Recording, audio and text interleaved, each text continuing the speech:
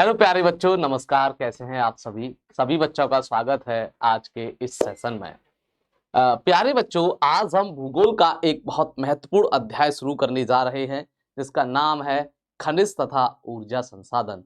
आज के इस अध्याय में हम पढ़ने का प्रयास करेंगे कि खनिज क्या होता है, खनिज के कितने प्रकार होते हैं और कौन कौन से खनिजों के कौन कौन से उदाहरण माने जाते हैं। ये सभी चीजें हम आज की क्लास में पढ़ने वाले हैं। आप सभी बच्चे तैयार रहिएगा क्योंकि हम आपको बहुत डिटेल में और बहुत आसान तरीके से समझाने वाले हैं।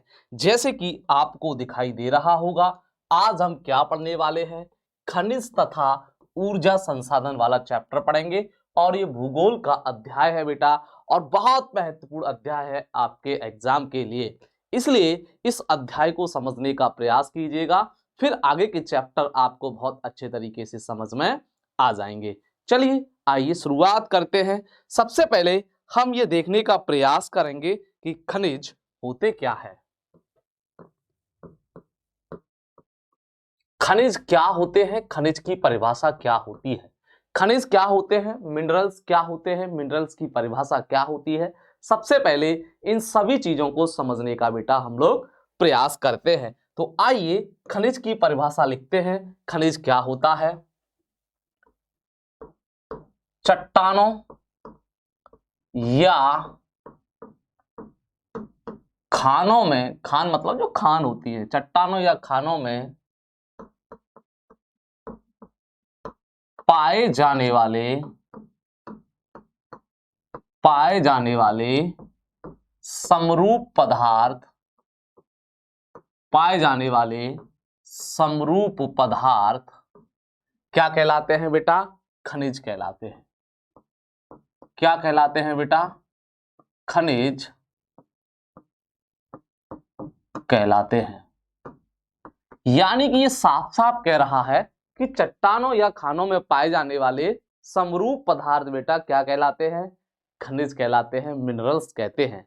जैसे अगर मैं एग्जाम्पल के तौर पर बात करूं, जैसे अगर मैं एग्जाम्पल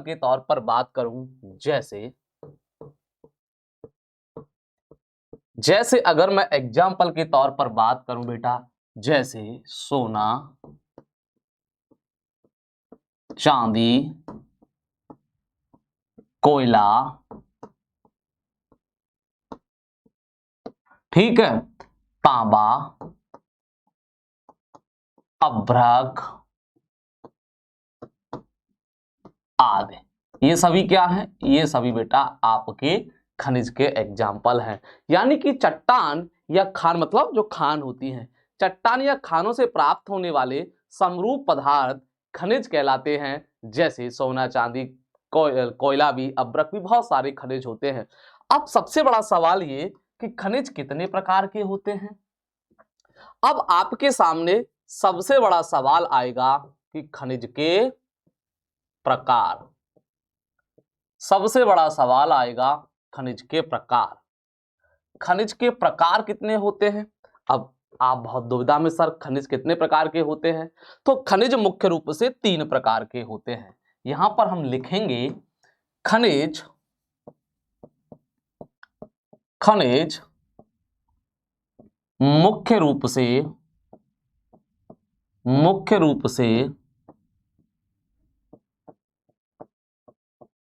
3 प्रकार के होते हैं। मुख्य रूप से 3 प्रकार के होते हैं। यानी कि अब आपके हम खनिज के टाइप की बात करें तो खनिज मुख्य रूप से बेटा 3 प्रकार के होते हैं। आइए उन 3 प्रकार को हम देखने का बेटा प्रयास करते हैं और फिर उसको डिटेल में हम समझेंगे। पहला, दूसरा, तीसरा। पहला हो गया धात्विक खनिज।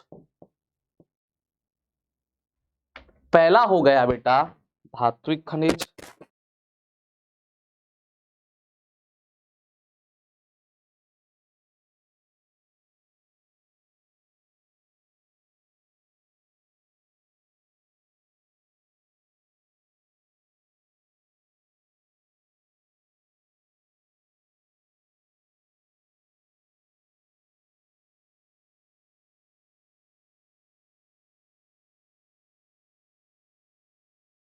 चलिए बेटा, हाँ, तो हम बात कर रहे थे खनिज के प्रकार की। तो हमने आपको बताया पहला प्रकार होता है धात्विक खनिज,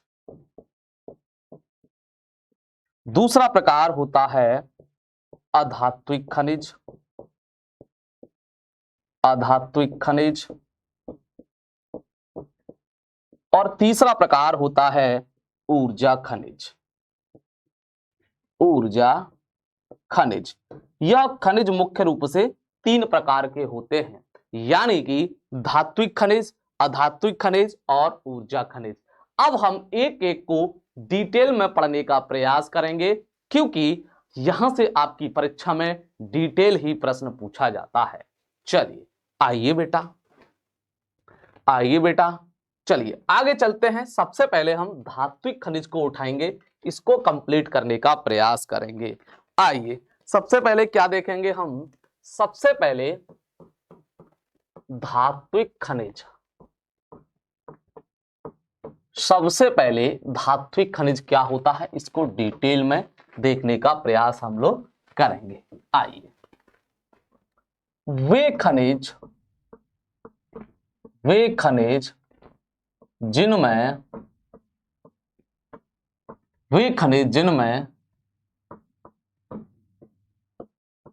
धातुओं का अंश पाया जाता है। यानी कि कुछ खनिज ऐसे होते हैं जिनमें धातुएं मिली हुई होती हैं या धातुओं की थोड़ी बहुत मात्रा मिली हुई होती है, उनको बेटा हम लोग धात्विक खनिज के नाम से जानते हैं। तो हमने क्या लिखा, वे खनिज जिनमें धातुओं का अंश पाया जाता है धात्विक खनिज कहलाते हैं, धात्विक खनिज कहलाते हैं। अब आप कहोगे सर एग्जाम्पल दे दीजिए, बिल्कुल एग्जाम्पल देंगे बेटा, एग्जाम्पल भी देने का काम करेंगे हम। जैसे लोहा, जैसे सोना, जैसे चांदी, जैसे एल्युमिनियम आदि।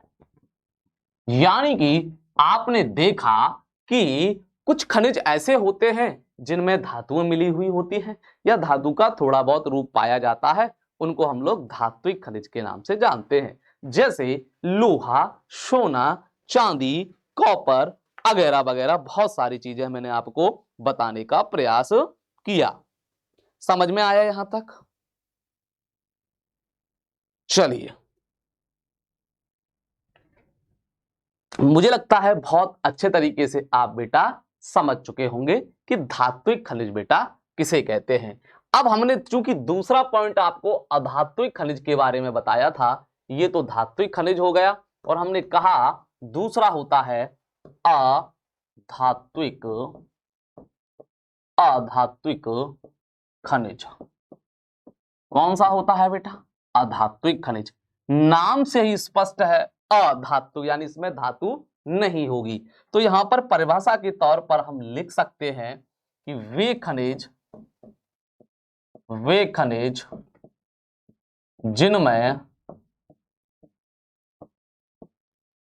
जिनमें धातुओं का अंश नहीं पाया जाता।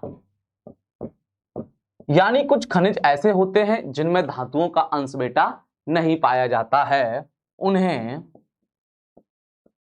अधात्विक खनिज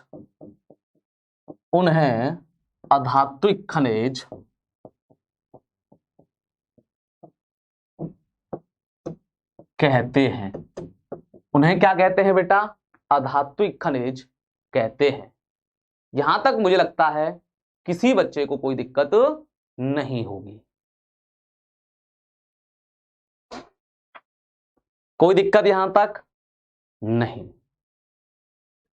कोई दिक्कत यहां तक हमारे किसी भी बच्चे को नहीं है। ठीक, चलिए आगे चलते हैं। जैसे एग्जाम्पल, अब कुछ बच्चे कहेंगे सर एग्जाम्पल दे दीजिए। जैसे जैसे अभ्रक, चूना पत्थर,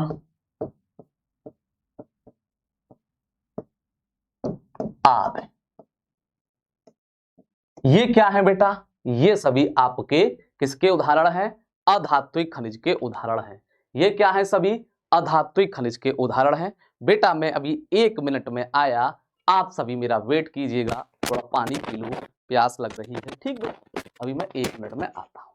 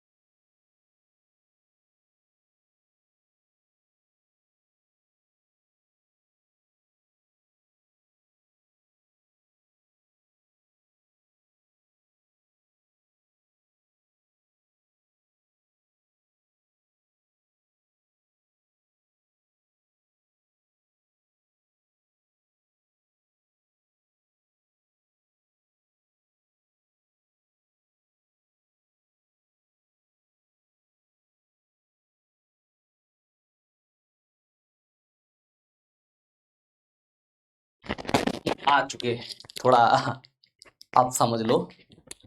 कहाँ गए थे हम? चलिए, हाँ, तो हम आपको पढ़ा रहे थे बेटा अधात्विक खनिज के बारे में। किसके बारे में बेटा? अधात्विक खनिज के बारे में हम आपको बता रहे थे। तो मुझे बताइए समझ में आया कि नहीं आया?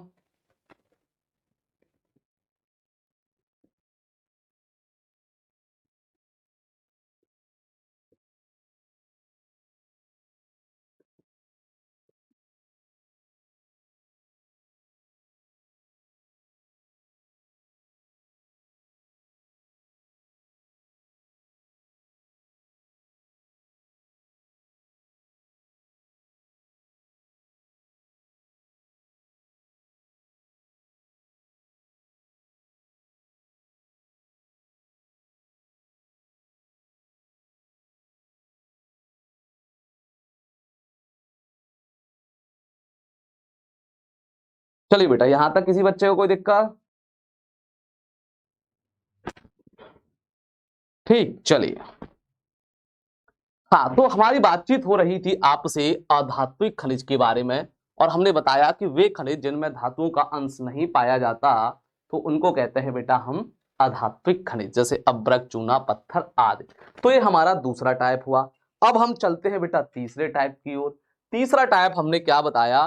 तीसरा टाइप हमने बताया ऊर्जा खनिज। कौन सा बताया बेटा तीसरा हमने?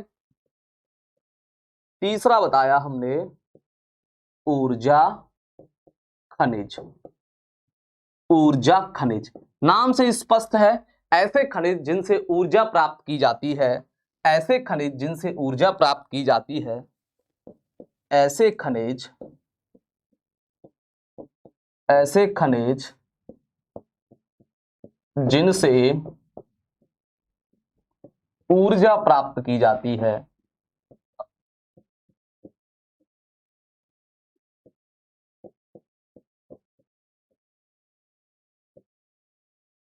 उन्हें बेटा हम ऊर्जा खनिज कहते हैं। अब आपके दिमाग में आएगा सर कौन कौन से होते हैं जिनसे हम ऊर्जा प्राप्त करते हैं? जैसे कोयला, यूरेनियम, पेट्रोलियम आदि। ये सभी क्या है बेटा? ये सभी ऊर्जा खनिज है, और भी होते हैं लेकिन मुख्य तौर से यही होते हैं। तो आपको समझ में आया। अब मैं आपको एक चीज बताने वाला हूं, बहुत काम की चीज है, उसको आप थोड़ा ध्यान दीजिएगा।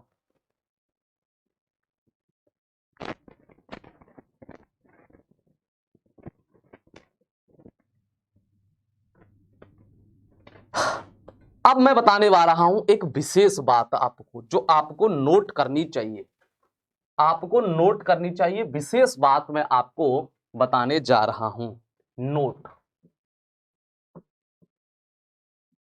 क्या? मैं आपको एक नोट में एक विशेष बात बता रहा हूं। नोट में मतलब पैसे के नोट में नहीं। देखो, यूरेनियम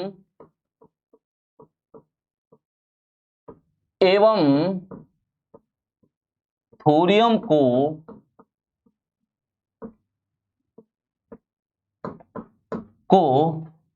रेडियो सक्रिय को रेडियो सक्रिय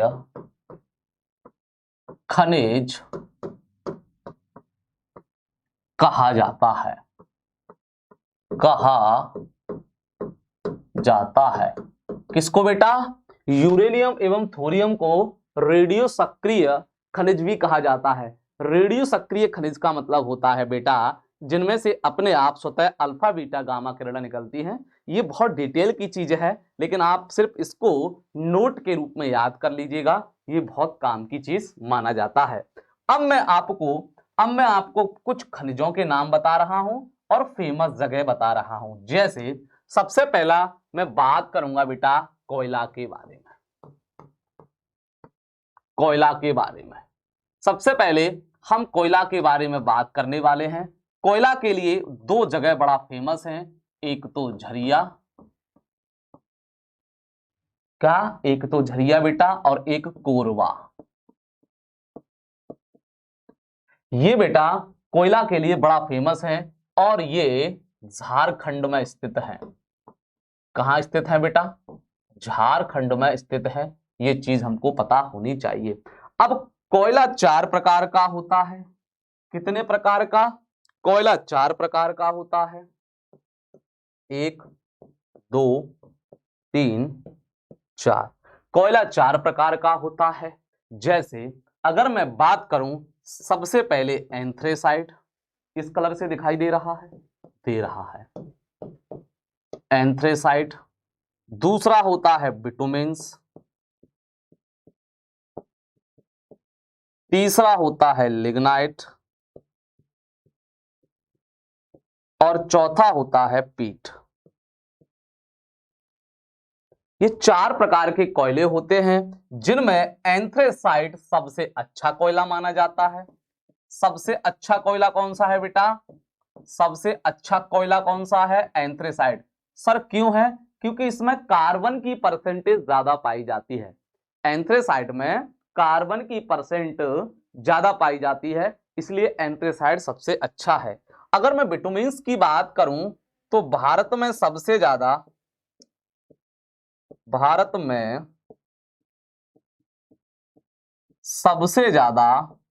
बिटुमिन्स प्रकार का कोयला पाया जाता है। सबसे ज्यादा भारत में 80%, जो जितना भी कोयला है उसका 80% बेटा बिटुमिन्स कोयला पाया जाता है। लिग्नाइट को बेटा भूरा कोयला कहते हैं। और जो पीट है ये सबसे बुरा माना जाता है, सबसे बुरा कोयला। तो कोयले के बारे में आपको इतनी सारी चीजें याद करनी पड़ेंगी, क्योंकि ये आपके एग्जाम में कई बार प्रश्न पूछे जाते हैं। ध्यान रखना। समझ में आया?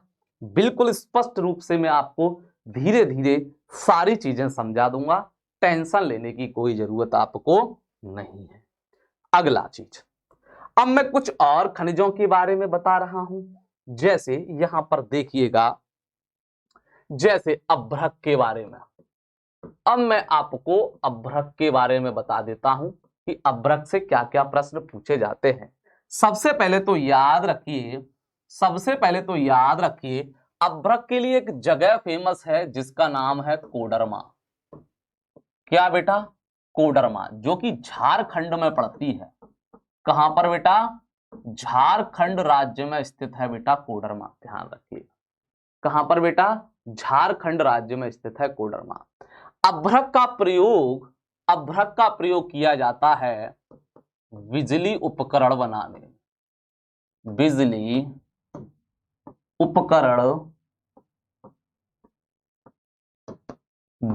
में। किसमें बेटा? बिजली उपकरण बनाने में, क्योंकि जो अभ्रक है वह विद्युत का कुचालक होता है। विद्युत इसमें से आर पार नहीं जा सकती, फ्लो नहीं हो सकती, इसलिए इसका प्रयोग बेटा बिजली उपकरण बनाने में किया जाता है। अगर पूछे भारत में सबसे ज्यादा अभ्रक उत्पादन कौन करता है? भारत में सबसे ज्यादा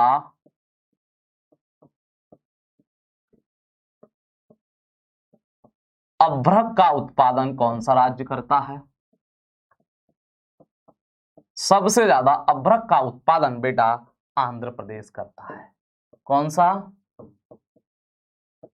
आंध्र प्रदेश करता है।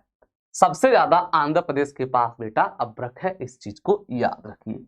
फिर अगले खनिज के बारे में मैं बात करूं, अगले खनिज के बारे में तांबा के बारे में बात करूं। तांबा, या जिसको आप कॉपर भी कहते हो, तांबा या जिसको इंग्लिश में कॉपर भी कहा जाता है, इसके बारे में हमको 2-3 चीजें याद रखनी है कि कॉपर के लिए एक जगह फेमस है खेतड़ी, जो कि राजस्थान में पड़ती है। कहां पड़ती है बेटा? राजस्थान में पड़ती है। सर इसका उपयोग कहां किया जाता है कॉपर का? आप समझ रहे हो, बिजली के तार वगैरह बनाने में, बिजली के तार बनाने में, और भी चीज बनाने में। जो वायर होता है वो कहते हैं ना कॉपर का वायर है, कहते हैं ना बेटा हम कॉपर का वायर है। तो बिजली का तार बनाने में भी कॉपर का इस्तेमाल किया जाता है। उसके बाद और ढेर सारी हम उनके बारे में बात करेंगे। जैसे यूरेनियम के बारे में बात करूं मैं, यूरेनियम के बारे में बात करूं तो यूरेनियम के लिए एक फेमस जगह है बेटा जादूगोड़ा। कौन सी? जादूगोड़ा। जादूगोड़ा ये कहां पड़ती है? ये भी झारखंड में पड़ती है। जादूगोड़ा झारखंड में पड़ता है, यूरेनियम के लिए जाना जाता है। ये क्या है? इससे ऊर्जा प्राप्त की जाती है। इस खनिज से ऊर्जा प्राप्त की जाती है। सबसे ज्यादा यूरेनियम आंध्र प्रदेश के पास है। सबसे ज्यादा यूरेनियम किसके पास है? आंध्र प्रदेश के पास है। किसके पास है बेटा? आंध्र प्रदेश के पास है सबसे ज्यादा यूरेनियम। अगर मैं बात करूं, एक और होता है बेटा थोरियम। मैंने यूरेनियम थोरियम दोनों बताया, एक और होता है बेटा थोरियम। थोरियम के बारे में बात करूं, ये बेटा केरल में बहुत होता है। केरल में सबसे ज्यादा पाया जाता है, केरल में। और ये ध्यान रखिएगा, ये मोनोजाइट रेत से प्राप्त किया जाता है। मोनोजाइट रेत से इसको प्राप्त किया जाता है। मोनोजाइट रेत से प्राप्त किया जाता है। किससे बेटा? मोनोजाइट रेत से इसको बेटा प्राप्त किया जाता है। किसको? थोरियम को। तो ये भी चीजें आपको बहुत अच्छे से ध्यान रखनी पड़ेंगी। और खनिजों के बारे में बात करें, जैसे मैं अगर बात करूं बेटा हीरा, डायमंड जिसको आप कहते हो, तो हीरा के लिए एक फेमस जगह है पन्ना। पन्ना जिला है बेटा। पन्ना क्या है? जिला है। और यह मध्य प्रदेश में पड़ता है, आप सभी को पता होगा। अब मैं बात करूं सोने की, सोना गोल्ड की, तो बेटा एक कोलार जगह है, कर्नाटक में पड़ती है। कौन सी बेटा? कोलार जगह है, कर्नाटक में पड़ती है। सोने की खान है वहां। कहां पड़ती है? कर्नाटक में पड़ती है। ये चीजें हमको बेटा पता होनी चाहिए। तो मुझे लगता है यहां तक किसी बच्चे को कोई दिक्कत नहीं होगी। अब बात करते हैं हम एल्युमिनियम की। अब बात करते हैं हम एल्युमिनियम की। एल्यूमिनियम।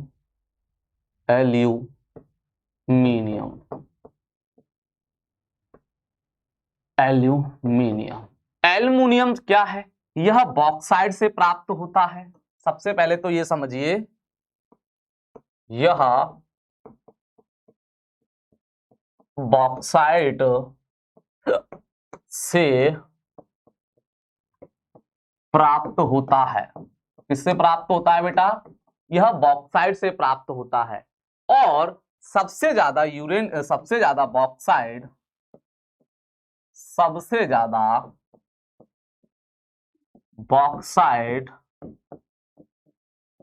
उड़ीसा के पास है। सबसे ज्यादा बॉक्साइट उड़ीसा के पास है। किसके पास है बेटा? उड़ीसा के पास है सबसे ज्यादा बॉक्साइट। यानी बॉक्साइट से ही आप एल्युमिनियम प्राप्त करते हो। और एल्युमिनियम के बर्तन, हवाई जहाज बनाने में भी एल्युमिनियम बहुत काम आता है।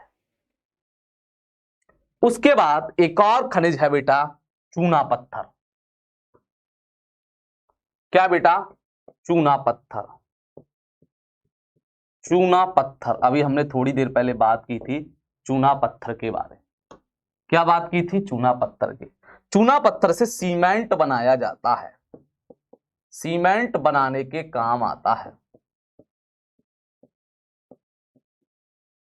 सीमेंट बनाने के काम आता है कौन? चूना पत्थर। अगर मैं बात करूं, चूना पत्थर सबसे ज्यादा राजस्थान में पाया जाता है। सबसे ज्यादा कहां पाया जाता है? सबसे ज्यादा राजस्थान में पाया जाता है। तो प्यारे बच्चों, आज की कक्षा में हमने बहुत सारी चीजें देखी। सबसे पहले देखा खनिज क्या है, खनिज किसे कहते हैं। ठीक है, ये सारी चीजें हमने आज की कक्षा में देखी। आज के लिए ही हम आपको इतना ही पढ़ाएंगे, क्योंकि एक दिन में सारी चीजें सीखना संभव नहीं है, भूल जाते हैं हम लोग। इसीलिए धीरे धीरे चीजों को पढ़ेंगे, धीरे धीरे चीजों को आगे बढ़ाएंगे। तो मुझे लगता है आपको ये जो क्लास है बहुत अच्छी लगी होगी, और निश्चित तौर पर आप सारी तैयारी बढ़िया तरीके से करोगे। पढ़ोगे ध्यान लगा के, मस्त तरीके से आपकी पढ़ाई होगी। फिलहाल हम इस कक्षा को यहाँ पर समाप्त करने जा रहे हैं। ये इतना कराया है मैंने, ये अभी इस चैप्टर की शुरुआत है, और भी सारी चीजें हैं इस चैप्टर में, बाद में हम आपको पढ़ाएंगे। फिलहाल हमारी क्लास यहाँ पर समाप्त होती है। जब तक के लिए नमस्कार, टाटा, बाय बाय।